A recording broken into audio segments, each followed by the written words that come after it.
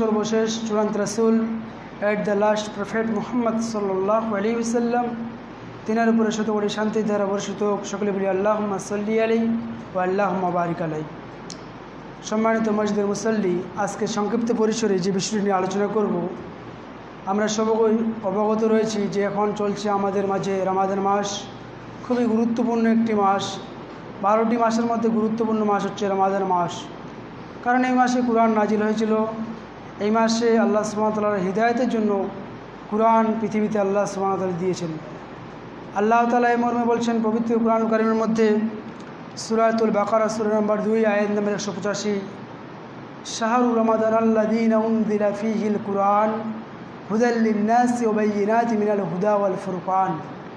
আল্লাহ তাআলা বলছেন যে রমাদান এমন একটি মাস যে মাসে এই কুরআনকে নাজিল করা হয়েছে। এই কুরআন ছিল লাওহে মাহফুজে, সেখান থেকে এই কুরআনকে অবতীর্ণ করা হয়েছে, নাজিল করা হয়েছে। কেন নাজিল করা হয়েছে? কুরআন নাজিল করার তাৎপর্য কি? কুরআন শুধু আমরা তাকে সাজিয়ে রাখলাম, মসজিদের সেলফে রাখলাম, এটার জন্য নয়। আল্লাহ বলছেন হুদাল লিন-নাস, মানব জাতির জন্য। হুদাল লিন-নাস ওয়া বায়্যিনাতিন মিনাল হুদা ওয়াল ফুরকান, এবং মানুষ যাতে সত্য এবং মিথ্যার পার্থক্য করতে পারে, কোনটা হক, কোনটা মিথ্যা, কোনটা সত্য, এটা যেন মানুষ যাচাই বাছাই করতে পারে, তার জন্য এই কুরআনকে দিয়েছি। কিন্তু আজকে আমরা মুসলিম কুরআন নিজেরাও পড়ি না, নিজের সন্তানদেরকে পড়ার জন্য উৎসাহিত করি না। শুধু কুরআন আমাদের প্রত্যেকের বাড়িতে রয়েছে, তাকে সাজানো।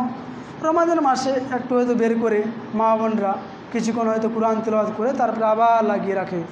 আবার 11 মাসের জন্য আবার আমরা কুরআনকে সুন্দর করে তালাবদ্ধ করে তাকে আমরা সাজিয়ে রাখি। তো এই কুরআন নাজিলের মাস এই রমাদান মাস, এই রমাদান মাসে আমাদের গুরুত্বপূর্ণ কাজ রয়েছে। এই রমাদান মাস যখন আসে তখন আমাদের মনগুলো খুশিতে উদ্বেগ হয়ে যায়, টকবক হয়ে যায়।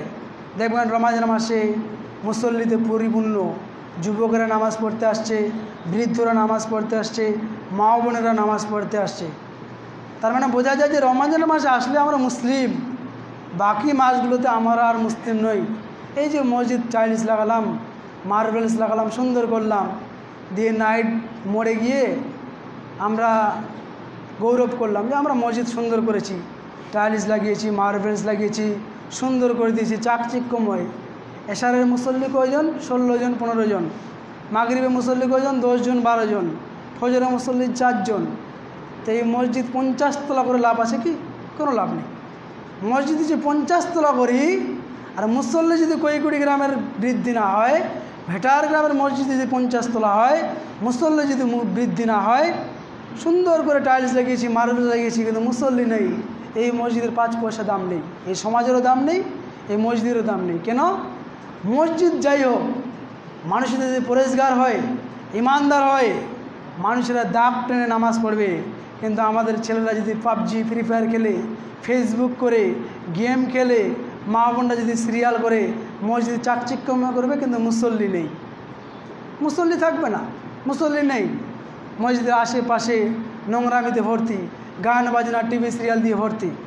তো আলোচনার বিষয় হচ্ছে যে আমাদের শুধু এই রমাদান মাসে শুধু নামাজ পড়ব, আর রমজান মাসে যেদিন চাঁদ উঠে যাবে, দেখবো ঈদুল ফিতরের চাঁদ উঠে গেছে, আর আমিও হাওয়া, আমারও আর কোনো খোঁজখবর নেই, রমাদান মাস বিদায়, আমিও বিদায়।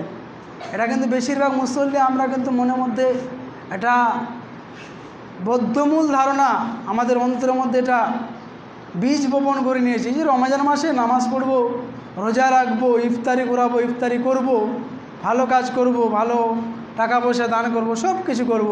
কিন্তু রমজান মাস যখন চলে যাবে তখন আমিও চলে যাব, আমিও বিদায় নিয়ে নেব। এটা কিন্তু করলে হবে না। মুসলিম ভাই সকল, মুসলিম বাবাজিদেরকে বলতে চাই, আপনাদের পাড়ারই সন্তান আমি, বিশেষ করে মুসলিমদের জন্য অপরিহার্য, কম্পালসারি, ফরজ 5 ওয়াক্ত নামাজ আদায় করা।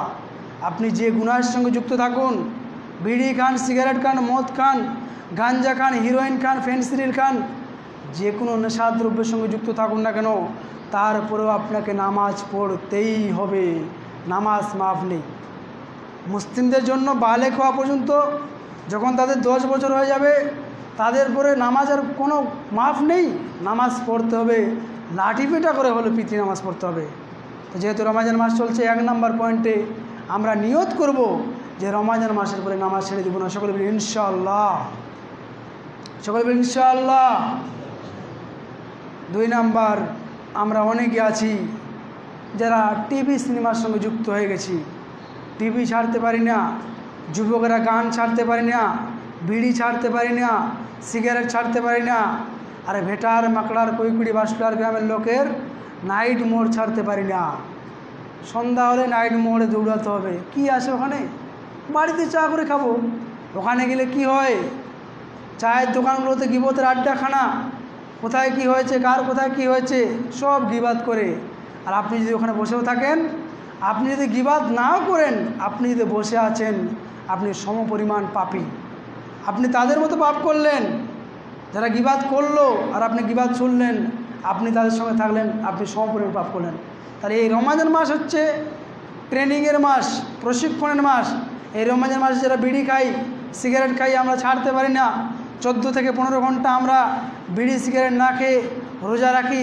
সুবে সাদেক থেকে নিয়ে ইফতারি পর্যন্ত আমরা যদি একটু কন্ট্রোল করি, মাত্র 2 থেকে 3 ঘন্টা, অর্থাৎ মাগরিব থেকে নিয়ে ঘুম পর্যন্ত, তার মধ্যে তো আবার তারাবি রয়েছে, এইটুকু সময় যদি আমরা বিড়ি সিগারেট থেকে বেঁচে থাকি, পাবজি ফ্রি ফায়ার থেকে বেঁচে থাকি, গান বাজানো থেকে বেঁচে থাকি, মা বোনরা যদি টিভি সিরিয়াল থেকে বেঁচে থাকে, এই যে এখনও 12টা দিন রয়েছে, 11 দিন বা 12 দিন সময় রয়েছে, সামান্য একটা অভ্যাস পরিণত করি, আমরা অটোমেটিক্যালি পরিবর্তন হতে পারবো, পরিত্যাগ করতে পারবো।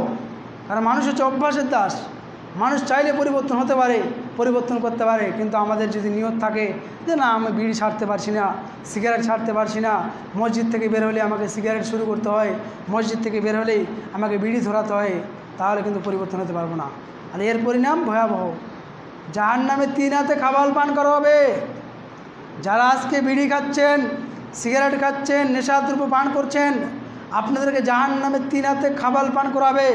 রসুল্লাহ সাল্লাল্লাহু আলাইহি ওয়াসাল্লামকে জিজ্ঞাসা করা হলো, আমা 3 হাতে খাবাল, হে আল্লাহ রসুল, 3 হাতে খাবাল কি? যারা বিড়ি খায়, সিগারেট খায়, মদ খায়, হিরোইন খায়, ফেন্সিডিল খায়, গাঞ্জা খায়, তাদেরকে 3 হাতে খাবাল পান করা হবে। সেটা কী জিনিস? রসুল্লাহ সাল্লাল্লাহু আলাইহি ওয়াসাল্লাম বলছেন, 3 হাতে খাবার হচ্ছে সেই জিনিস জাহান্নামের মানুষের শরীর থেকে গলে পুড়ে পুঁজ, রক্ত, মাংস যেগুলো গলে পচে বের হয়েছে, এগুলো মানুষকে খাওয়ানো হবে। গরম তীব্র, যখন মানুষ খাবে তার নাড়ি বুড়িগুলো তার সামনে বের হয়ে যাবে, এবং মানুষের ঠোঁট, মানুষের নিচের ঠোঁট নাভি পর্যন্ত চলে আসবে। তা আমরা কেন খাবো বিড়ি? যেই গরুর সামনে বিড়ি রাখেন, বিড়ি খায় না, গরুর সামনে সিগারেট রাখেন, খাবে না। কিন্তু আমরা মানুষ, সৃষ্টির সেরা আশরাফুল মাখলুকাত, আমরা আজকে বিড়ি সিগারেটের সঙ্গে যুক্ত হয়েছি। কত দুর্ভাগ্য আমাদের। অতএব এগুলোকে পরিবর্তন হতে হবে, এগুলো পরিত্যাগ করতে হবে, আল্লাহর কাছে দোয়া করতে হবে, হে আল্লাহ, আপনি পৃথিবীতে কত হালাল জিনিস দিয়েছেন, সেগুলো আপনি আমাকে খাওয়ান, আমাকে হারাম জিনিস থেকে পরিত্যাগ করে আমাকে একটা সুন্দর জীবন দান করুন। সকল বিল আল্লাহ আমিন। আলোচনার বিষয়ে সূরাতুল কদর, যেহেতু চলে আসছে লাইলাতুল কদরের রাত, পবিত্র কুরআনুল কারীমের 97 নম্বর সূরা সূরাতুল কদর। কদর মানে হচ্ছে মহিমান্বিত, সম্মানিত। আল্লাহ তাআলা বলছেন পবিত্র কুরআনুল কারীমের মধ্যে, ইন্না আনজালনাহু ফি লাইলাতুল কদর। হে মুহাম্মদ সাল্লাল্লাহু আলাইহি ওয়াসাল্লাম, আপনি কি জানেন কদর কি, সম্মানিত মহিমান্বিত রাত কি, যেই রাতে কুরআনকে নাজিল করা হয়েছিল? ইন্না আনজালনাহু ফি লাইলাতুল কদর, লাইলাতুল কদরি খায়রুম মিন আলফি শাহর। মুহাম্মদ সাল্লাল্লাহু আলাইহি ওয়াসাল্লামকে বলছেন যে লাইলাতুল কদর রাতটা হচ্ছে এমন একটি রাত, যেই রাত 1000 মাস ইবাদত করলে তার থেকেও বেশি নেকি পাওয়া যায়। 1000 মাস ধরে মানুষ যদি ইবাদত করে, 83 বছর 4 মাস হবে। একটি রাত যদি আমরা তালাশ করি, একটি রাত যদি আমরা খোঁজ করে পাই, তাহলে 83 বছর 4 মাস ইবাদত করলে যে নেকি পাওয়া যাবে, সেই নেকি আমরা উম্মতে মুহাম্মদে আমরা পাবো। তো কেন আমাদের এই ফজিলত? একটি রাত জাগলে আমাদের কেন এরকম ফজিলত? আল্লাহ তাআলা বলছেন, নূহ নবীকে 900 সাড়ে 900 বছর দাও, তাকে বয়স দিয়েছি। প্রত্যেকটি নবীর বয়স, নবীর উম্মতের বয়স ছিল 200 বছর, 250 বছর, 500 বছর। তারা 500 বছর ধরে ইবাদত করেছে, 250 বছর ধরে ইবাদত করেছে, 600 বছর ধরে ইবাদত করেছে, 900 বছর ধরে ইবাদত করেছে। আর আমার উম্মতের গড় আয়ু হচ্ছে 60 থেকে 70 বছর। আমার উম্মতের আয়ু হচ্ছে 60 থেকে 70 বছর। এই অল্প বয়সে তাকে আমরা অফার দিচ্ছি, তাকে সুন্দরভাবে দিচ্ছি। তোমরা কি করো? রমজান মাসে তোমরা কি করো? 20 রমজান মাস পর থেকে তোমরা লাইলাতুল কাদের রাত তালাশ করো। লাইলাতুল কাদের রাত তালাশ করবো কোনটা? আমরা খালি মনে করি 27-এ লাইলাতুল কাদর, না, লাইলাতুল কাদের রাত তালাশ করতে হবে। 21-এ লাইলাতুল কাদর, 23-এ লাইলাতুল কাদর, 25-এ লাইলাতুল কাদর, 27-এ লাইলাতুল কাদর, 29-এ লাইলাতুল কাদর, এই 5 রাত জাগতে হবে। আল্লাহ রাসূল সাল্লাল্লাহু আলাইহি ওয়াসাল্লাম কীভাবে জাগতেন? যার আগের গুনাহ মাপ, যার পিছনের গুনাহ মাপ, তারপরেও তিনি যখন এই রমজান মাস পেতেন, তিনি তার কোমরকে গামছা দিয়ে বেঁধে নিতেন। আমরা যখন কোনো কাজ করি গামছা দিয়ে যখন কোমরকে বেঁধে নিই, তেমনভাবে তিনি তার কোমরকে গামছা দিয়ে বেঁধে নিতেন ইবাদত করার জন্য। এবং তিনি তার পরিবার পরিজন বর্গদেরকে তিনি জাগাতেন যে তোমরা জাগো, লাইলাতুল কাদর রাত তালাশ করো, লাইলাতুল কাদর রাত খোঁজো। কেন? 83 বছর 4 মাস যদি আমরা ইবাদত করে যে নেকি পাবো, একটি রাত যদি আমরা ইবাদত করি সেই সমপরিমাণ আমরা নেকি পাবো। সুবহানাল্লাহ। চিন্তা করা যায় কত বড় অফার উম্মত মুহাম্মদ সাল্লাল্লাহু আলাইহি ওয়াসাল্লামের জন্য, উম্মত মুহাম্মদের জন্য কত বড় অফার। এরপরে আল্লাহ সুবহানাহু ওয়া তাআলা বলছেন খায়রুম মিনাল ফিশার তানাজ্জালুল মালাইকাতু ওয়ার রূহ। এবং কি এই রাত্রে, লাইলাতুল কদর রাত্রে আকাশ জমিন ভর্তি হয়ে যায় বরকতের ফেরেশতা, এত পরিমাণে ফেরেশতা আসে, আকাশ জমিন ইট বালি সম্পূর্ণ জায়গায় ফেরেশতায় পরিপূর্ণ হয়ে যায়। আর ফেরেশতা কোন জায়গায় বেশি থাকে? যেখানে বরকত হয়। যেই জায়গায় বরকত হয় সেই জায়গায় ফেরেশতা, অসংখ্য ফেরেশতা চলে আসে, ফেরেশতা সমস্ত আসে। এবং ফেরেশতাদের লিডার, ফেরেশতাদের সর্দার জিবরাইল আলাইহিস সালাম, তিনিও এই রাতে অবতরণ করেন। এবং কি করেন? সালামুন হিয়া হাত্তা মাতলাইল ফাজর, এবং ফজর পর্যন্ত সালাম প্রদান করেন, শান্তি বর্ণনা করেন, শান্তি অবতীর্ণ করেন, শান্তি বর্ষিত করেন। কাদের জন্য?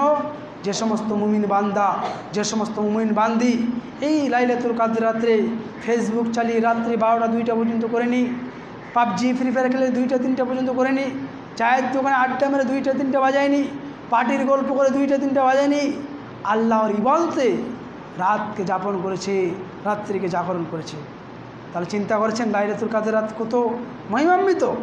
যে রাতগুলোতে আমরা ঘুমিয়ে কাটিয়ে দিই, যে রাতগুলো আমাদের কাছে কোনো ব্যাপারই নয়, যে রাতগুলো আমাদের সাধারণ রাতের মতো কাটিয়ে দিই, কিন্তু যারা মুমিন হবে, পরেজগার হবে, ইমানদার হবে, তাদের কাছে এই রাতটা মহিমান্বিত, সম্মানিত, খুবই গুরুত্বপূর্ণ। তাহলে আমাদের কি করতে হবে? এই লাইলাতুল কাদর রাত্রে জাগার চেষ্টা করতে হবে। রাসূলুল্লাহ সাল্লাল্লাহু আলাইহি ওয়াসাল্লাম আরেক হাদিসের মধ্যে বলছেন, তিনি একদিন খুতবার জন্য এই মিম্বারে উঠলেন। প্রথম ধাপে উঠে বললেন আমিন, দ্বিতীয় ধাপে উঠে বললেন আমিন, তৃতীয় ধাপে উঠার পরে বললেন আমিন।